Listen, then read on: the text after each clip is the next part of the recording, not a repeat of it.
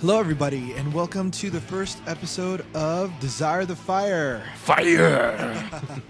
This is Chandler. And this is DP. And we're doing this for the first time, so I'll bear with us a little bit here. And we are in Orange County today. Orange County, yes. This A lot is, safer than where I'm from. This is my home. Daniel's from? L.A. Ooh. K-Town, L.A. to be exact. And the ghetto part of K-Town, L.A. So you guys will never find me because you guys will probably never come to my neighborhood. And also, you're scattered or within, it's like Find Waldo. Yeah. Where's the Korean? Yeah. There's like one Korean in the midst of a very non-Korean community. Let's just put it that way. But is it still K-Town? Yeah, technically, K-Town's weird like that. You know, we call it K-Town, and all the buildings have Korean signs, but under it, it's like Spanish subtitling, and all the employees in the back and all the employees out in front are both Korean and Hispanic and stuff. It's pretty interesting out there. That's funny. So just a little bit of intro about ourselves. My name is Chandler, and I work in LA, actually. Yeah, you do. On the fringes of LA. It's Yeah. still technically addressed LA, and I basically do like computer stuff for a pharmaceutical company. Yeah, okay. And mine is DP. Let's see, I do a lot of stuff, but primarily I work with a Christian organization. Been working there about 5 years, I guess. And yeah, I technically do computers out there too, but among other things, I work with a lot of college students, and I think that's how we both got to know each other through my line of work, right? Well, before I was in that line of work. Yeah. So when we were in college ourselves. Yeah, so we went to college together out in Riverside, and it was amazing. We were roommates in college. Yeah, we saw a lot of... Actually, you saw a lot of weird stuff to me. Let's just leave it at that. But why don't you tell everybody how you came up with the name Chandler? Because that's not your real name, is it? Whoa. Unexpected, huh? All right, so yeah, that's unexpected. But my real name is Andrew Kim. So go ahead and look me up. You'll find 500 other listings? No, like 500,000 other 500,000. listings. So in college, I just felt like I wanted to like play a joke, you know, like when you start college, you're doing something new. No one knows who you are, so you introduce yourself to like hundreds, thousands of people, maybe. And I'm like, "Hi, my name is blah blah blah." I was like, "Oh, my name's Chandler." Now, is this inspired at all from Chandler from Friends? Because that's the first thing I was thinking. At the time, I had not watched Friends At all. I think I watched like commercials and like bits and pieces, but And I think the series was just about over around that time as well. oh, maybe it was. It's been a while, right? Yeah. I think it's been about 10 years since they stopped. But yeah, you know, the first thing you said was your name was Chandler. And the first time I saw you, you had a very unique feature about yourself. Was it during that time? Yeah. You're the only Asian person I've ever met with blue hair. It was very interesting. You introduced yourself as Chandler. I was like, What is this guy? What's wrong with this guy? yeah, where are you from, man? You must be from like random like Hicktown or out of the boonies or something. But no, he's from OC. Wow. But anyway, so we're all working on that all together. And why don't we talk about how we decided to come up with this podcast? Good question. So I think out there, from what I've seen, like Christian podcasts, Christian media, a lot of podcasting is sermons. There's nothing wrong with sermons, but sometimes actually when you really do look at podcasting, it's like just people talking together or interviews or some sort of like conversation. And there are podcasts out there that do like lecture format, like sermons kind of thing. But I think in Christian media, it does lack that, I guess, conversational podcasting. Right, because if you go into a lot of these other avenues of entertainment and all these other things too, what you see is a lot of Christians are responding to a lot of media, and you just don't see that here in the podcast community so much, do you? I remember just listening to a number of different podcasts, and like the things that we listen to are more relevant to our hobbies, I guess. I don't know about you, but I listen to a Star Wars podcast. A huge Star Wars fan, and you all like Star Wars out there. But like what? You listen to what? Fantasy sports? Fantasy sports. Shout out to We're Alive. It's a zombie podcast. It's like a story podcast. Oh, that's pretty cool. Every like week they release like a part of an episode, and it's pretty amazing. So how much of that podcast is like people groaning and stuff like that? Like Very little. Very little. Right now, very little. And for the past, I don't know, for the past Maybe even like 20 episodes, not that much. Props to them. It's hard to keep entertaining without good sound effects. And if you can edit a good Dude, story with it's a lot more top-notch. dialogue. If you're out there looking for a story, We're Alive. It's about to end soon in July. So, I don't know. You should check it out, too. Okay. I don't know about the whole Living Dead thing. It's not quite up my alley. After I saw a couple episodes of Walking Dead, I kind of grossed out. Yeah, it's It was like the gross. second episode or something. They're chopping up bodies Oh, my gosh. and rubbing it all over them. Oh, man. Oh, my gosh. Worst thing was I was eating pizza and they kind of looked like my pizza, It didn't feel They might comfortable. even use pizza to Yeah. make it look like I hope that's what it was, and not real parts and stuff, But anyway, Yeah, that's a tangent just right now. We're going to try to keep it a lot more formatted than other podcasts, at least the other podcasts that I do or I have done. But we have like some sort of format for you guys, and we're going to try to keep it around 30 minutes. And you want to, was it about bi-monthly? Like twice a month? yeah, every we're other month? shooting for it, and maybe if we can get together a little more, or if we pick up a little more of a stronger following, we can entertain you a little more frequently. But right now, I think just because of our distance, and I'm about to move down to San Diego and stuff too, so it's gonna make it a little more tough. It's going to be interesting, but I don't know where it takes us. We'll see where it goes. This is the first episode. Thank you guys for tuning in with us, and hopefully this takes us to good places. So, so our name, why are we here? Well, I mean, I really like fire. I don't know about you. I love fire. I used to play with it all the time growing up. I don't know if you heard this, but growing up, our parents used to tell us, if you keep playing with fire, you're going to have to go to the bathroom. Yeah, you ever hear that growing up? Yeah, Korean. Yeah, bands. I guess it's a Korean thing, but like my next door neighbor and I, we used to always like play with the stove fire and like burn our hair and stuff. I don't know, it was kind of dumb. But then, like oddly enough, I don't know if it's a psychological thing. We both go to the bathroom at the same time too, and like anyway, we're called Desire the Fire. And it's actually pretty cool because if you look at the Bible in the book of Hebrews chapter 10, I want to say, it says that we shouldn't abandon the assembling of ourselves together. And basically, the idea behind desiring the fire is this. If you think about a campfire and you see all the logs in a campfire, you need to stack them all together in order to get it started. But if you were to move that fire or one of the logs from the fire, quickly that fire goes out. And for each and every one of us out there, hopefully we're talking to the young adult community. I don't know, you could be a 5-year-old kid listening to this and like telling your parents about it. That's totally cool too. But for most of the community out there, we find that it's really hard to stay connected and rooted to a place where you can just continue to talk about your faith, especially in the workplace, especially around your peers, around your coworkers. And a lot of times it's hard just to ask, are you a Christian? And so we wanted to really bring that back together, desire some of that fire, desire a community, desire a place where we could kind of nourish and rekindle each other's fire, and also go back out there, and spread that fire. So we're called the Desire the Fire podcast. We want to make that clear, the podcast. And as we keep doing this, hopefully we'll be able to just be like that intersection of faith and your inputs. And we're really looking forward to seeing you guys also respond to some of the things we talk about. And one of the big things I think for us is that we're really normal people. Yeah. We're people like anyone else, and we want to put this in a perspective where it's not like we're highly trained. I guess that's one of the disclaimers that we will have. But we are leaders in our respective Christian communities, and these are our thoughts. These are not representative of any other organization or church or anything like that. We're really putting this out there to be like a heart-to-heart, right? Right. And then the cool thing about the podcast itself is that, it takes us away from any podiums or any stands or anything like that, and we get to everybody's level, So our input is important, but so is the rest of the internet's, right? And hopefully we can get to a place where you guys will come out to contact us. We'll get to know you guys a little better, and we'll stay connected in that way. And on that note, why don't we talk about some of our Twitter handles? Sorry, I'm Korean, so sometimes my English isn't always the best. But yeah, you can reach us at Twitter. What's your Twitter handle? You can reach me at Boom Chandler, BOOM Chandler. And my Twitter handle is at SuperDan0. Super Dan Zero. Super Dan0. I call it Super Dano, but then Dan Zero. Yeah. I don't even like Superman, but it was Zero inspired as from in Superman. the number zero, right? Yeah, 0, like the number 0, right?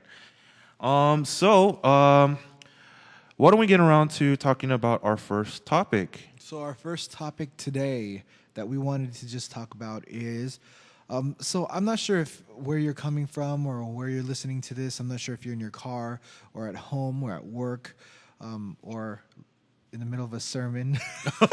Let's hope not. I'm sorry. I'm guilty of listening to music and other stuff during sermons when I was younger, much younger. Okay. But one of the things that we've seen for a while now, this is pretty old, is the COEXIST bumper sticker. Right. I don't know if you guys have seen it on bumper stickers only, but I work primarily with college students, and I see it everywhere. Sometimes they're just posted in the bathroom, and I don't know why. There's always that random graffiti in the bathroom and everything too, you know. But you'll see it in the bathroom. You can see it on street signs, and especially on cars. And I don't know if you guys have actually taken a look at this COEXIST sticker, but you see a lot of different religious symbols that make up the word coexist, right? Any ones that stand out to you, Chandler? Well, there's a Star of David, obviously, and a cross. Right, and then the C, I believe, is a Muslim symbol. Yeah, and there's a peace sign for the O. Oh, yeah. Okay, and then there's a number of others. I don't have the picture in front of me, but yeah, it's an interesting concept. Any idea where the notion of the coexist sticker comes from? Well, it says a Polish graphic designer, I don't know if I'm going to say this right, but Piotr Miodozeniek. We'll just call him Peter. Peter? All right. Peter translate. Polish Peter. Yeah, Polish Peter. Polish Peter designed this, and it seems like he created the design to participate in an art contest hosted by the museum on the theme of dialogue, understanding, and coexistence in Israel to promote religious tolerance. Okay, so there's a political side to it looks like, and there's also the religious implications. Yeah, and, so let me just run through what it says here for this random website. I guess you guys can look it up too. I guess we should put our what is it called? Our sources online. Yeah, we can definitely. We'll upload our page along with, or rather, we'll put links to the this show notes on our page and check out the show notes. Yeah, so you could definitely just click the link itself. Yeah. So for the letter C, it says crescent moons representing Islam is substituted. For the X, the Star of David representing Judaism. For the T, a cross representing Christianity. And then I see the yin yang sign, and I'm not familiar with that E sign, but it looks like it's is a male-female symbol, right, or like a scientific equation is substituted. Oh, okay. So we have a lot of different thoughts that are combined to ultimately, I guess what you would call this, just in the more theological circles, is you call this the belief of universalism. Yeah, and then just last two letters, O and I, are both pagan Wiccan symbols. Oh, okay. So it pretty much encompasses a lot of. I wonder how other religions would feel for those that aren't included in this coexist sign. I mean, that's an interesting point too, because like with us, we're like, why is the T last? It's a cross and it's the last letter in the word and symbol and everything like that. But like Muslims, for instance, their symbol's first. So any implications there? I don't know. Well, maybe it just fit along with this. Do they want to be first? Even if the cross was first, that's true. What does this mean? Yeah. I don't understand. Yeah, and it's kind of weird because I was working over at USC for a period of time doing the work that I do, and what they would have us do is like every month they would gather all the religious leaders or the leaders of all the religious groups on campus, and there'd be like everyone there, predominantly Christian, but you'd have like the different denominations of Christianity, and then like random people like us, and then you'd have like the Muslim leader. And you would even have guys who were like yoga instructors and stuff in there, and we'd all gather together. And face value, we all try to get along, but I always wondered like what they're all thinking about me, like, oh, you're some heathen going to hell for believing in the God that you did. Because to be honest, like when I was sitting there, I'm just gonna be real with you guys. I was thinking, man, I know these guys are their own religion, and I gotta respect that because you believe that. But I also, man, if I could just share the gospel to you, and if you just come to Christ, man, you could like totally impact your own groups right there and stuff like that. It's like Planet X, man. But then, I wonder if a little bit of that is going on. However, outwardly, no one's brave enough to say their opinions, I realized. And so it's a good point that you bring on, that there's these other religions that are involved within this coexist sticker, and they teach, many of them, that their way is the way, my way or the highway type of deal going on. However, I know Christians take a lot of heat for this because we're out there going out and actually sharing it and imposing on people's own rights to their thoughts, their feelings, and even to their own desires and so on and so forth. And so it brings a really important question of why we even bother, I think. But before we even get into that, I think what we have to understand is why it's so popular. And so if you have any thoughts on that. I think, I guess why it's so popular and playing off of what you're talking about is it's basically a say no to haters movement. And I think a lot, the Christian people that are getting a lot of publicity are the haters, the ones that are going out picketing, the ones that are saying like gay people are going to go to hell, or if you don't believe in Jesus, you're going to go to hell. Like those signs, you see them at least like once a month, regardless of where you are. Yeah, and you see it on like street corners and all that stuff too. Yeah, and it's the same yellow and black sign. I don't know if you've seen those, but it's always, I think it's the same group of people that are doing the picketing. It could be. But maybe the next time I see them, I'll just ask, hey, where are you guys from? Like, what are you guys doing this? Why are you guys doing this? And what's the point? Well, where do you typically find these people around you? These people around me? Or other people that are picketing and all that stuff? I've seen it in, I guess, down the street off Catella. I've seen it one time, Catella and Valley View. Okay. I live right near the corner intersection of Olympic and Vermont, and there are always Christians out there, and they're always on the mics. I don't know if you've seen those guys, the loudspeakers and stuff. Blasting people. And like because of K-Town, you get like the Korean one, and then you get the Hispanic one, and I don't understand either of them. So like I have no idea what they're talking about. And sometimes I just want to ask, but then again, I can't communicate with them too. But yeah, you see this pretty often, and I guess it's a good point. A lot of people, you see a prevalent hate, like it's the people that are hating that get on the news or get a lot of the attention, right? Yeah, I think it's because we love to hate the haters. I have to agree. I mean, what was it? I don't know if you've heard, but like the Westboro Baptist Church. Yeah, I think that's what it is. Yeah, they're huge, and they'll even like have demonstrations like military funerals or like these different mass assemblies and so on and so forth. And people totally hate on them, but I think they've gotten to a point where we don't necessarily associate them with Christianity so much, just religious fanatics. Which brings up another point too. A lot of the people that we see out there that are actually getting the publicity on the religious side of it are what we would call fanatics. We're actually just going out there going nuts. But this coexist kind of notion, I personally think it's so popular just because it's kind of like hey, we can all just get along. I don't know. It could be I used to smoke weed and stuff, and one of the funny things about pot smokers is that, or all these potheads, is I've never fought with another pothead, and I've never seen any other potheads get along. Interesting. So maybe it's that culture that's kind of like influencing us out here, especially in California. We're based in California, if that wasn't already implied, and I'm sure in Colorado, this coexist thing might not be a bad idea. This peace-loving culture and stuff like that.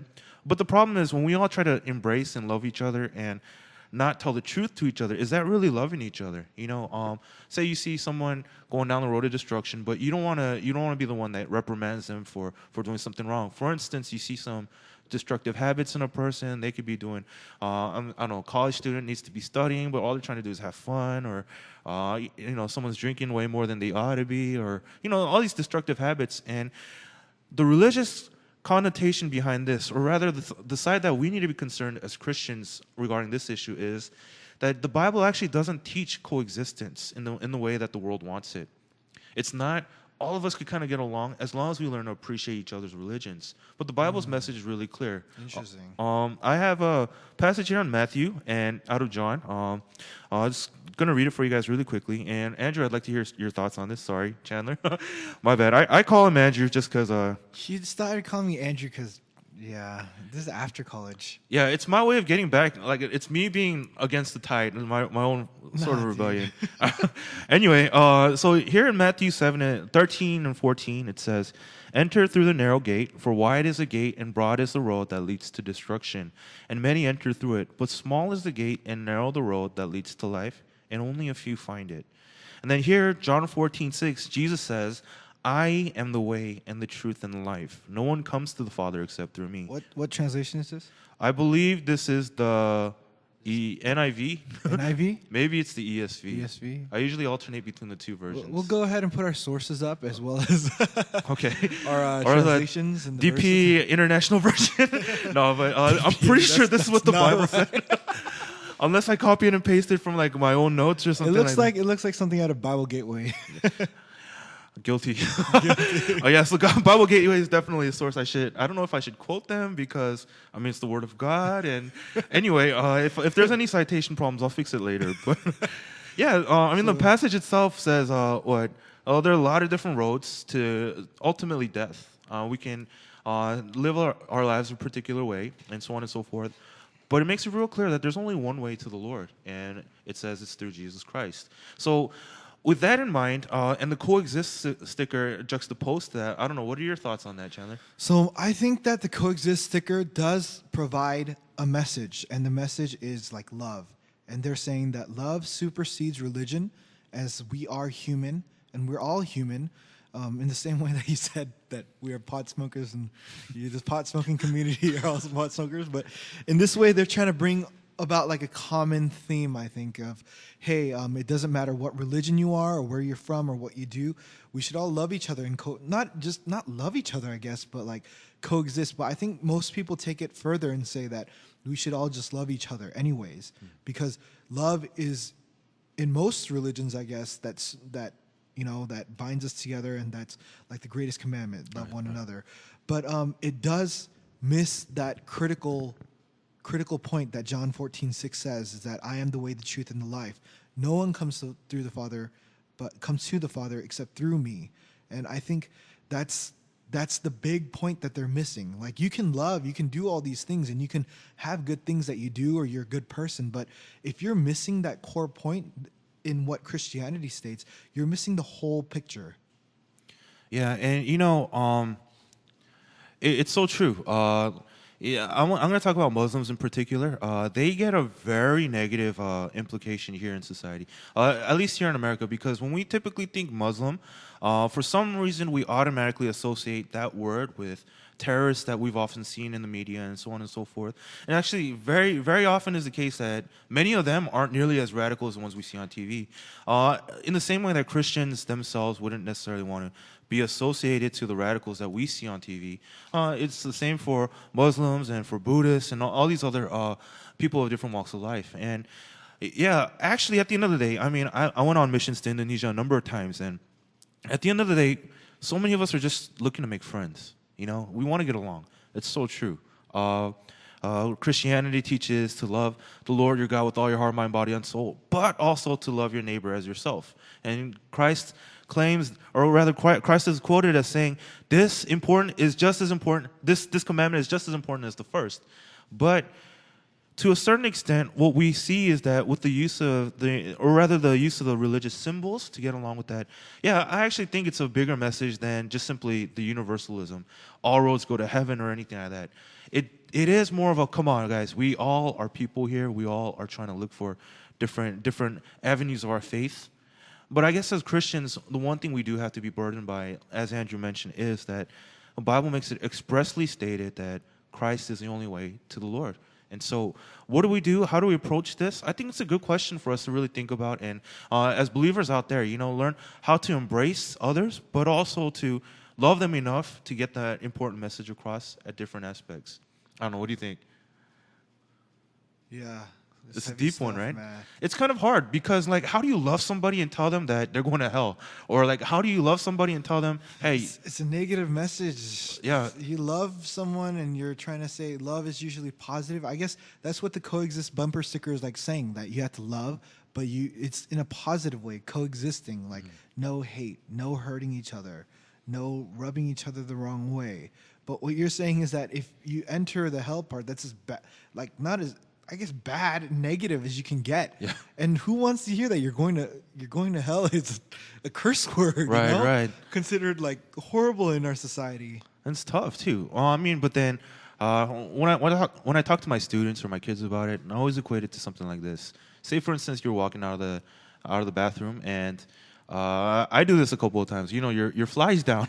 I don't know. You like, especially as you use the restroom. You know, you're buckled up. You tighten your belt and all this different stuff. And for some reason, that process of doing all three things in that process, you always forget one step of it, right? Usually it's not the button or the belt, but you know, the zipper's always down for me. If you're looking at your phone while you pee, oh, you're definitely gonna forget something. Yeah, man. And so like it'd be super embarrassing to be told that my fly's down, especially in front of everybody. But there's smart ways to go about doing that. Hey, bro, can I take you aside for a second? I need to talk to you something, and then just like whisper in your ear, hey, your fly's down, and like just let them know about that. You do that? Well, I mean, a lot of people have done it for me, so Okay. I really appreciate. You know, like a bunch of girls are in front of me, and like, hey, your fly's down. So it's kind of embarrassing. And so, you know, I think likewise, there's a good context in which we can actually try to approach this. You know, maybe when a person's in a better mood, I don't know, maybe that's not the best place either. But, you know, when a person's really searching or you know, like confused about different things, and it's our job just to be around, to be that buddy, to be able to let them know the truth, you know? And I think it's a duty to us, too. Yeah, and I think you bring up a good point that when you do talk about, let's say, hell, it's not something that you can joke around about or even talk about maybe like nonchalantly. Yeah, that's true. Because if you do bring this up nonchalantly or just say it like that, it's just, it kind of makes it like you're instigating something or like you're not saying it in the right way. It's a very, very tricky topic to talk about. And I think that's why like a lot of gospel tracks and a lot of other things, when they're sharing the gospel, leave that out completely. Yeah. That it's just too difficult to start with that, Right, or even right. begin, or even in the first conversation, have a conversation about that. Yeah. And, you know, I go talking to people randomly about this stuff, too. You know, any kids that are just sitting around there or look like they have a couple minutes to spare. And I'll talk to them about it. And one of the first things they ask is, do you enjoy your life? As opposed to, do you think I'm going to hell? You know, people don't necessarily want to talk about it. And it's an awkward subject. But I think, personally, my own belief is this, that as we're connecting with different people, especially as many of us are going to be working with the people that we're working for a while, you know, there are going to be ups and downs in a person's life, and moments where even as we approach the subject, God's really going to open up that opportunity and that door, and it's our job to be there for them in that moment when that door's open. You never want to be there needing in that vulnerable state by yourself, and so coexist. It's a positive message, but I think it's more of a we need to exist with each other as well, not just the mere. Like you do your thing, I do my thing, but a co-interaction more than just a coexistence. That's true, though. Like in your daily life, I guess for a person like you that's in like ministry, like constantly, like how often do you interact with someone that's not of Christian religion? You know, unless I go out of my way to do it, almost never. Because I mean, my coworkers are all Christian. My students are all Christian. My friends are all Christian.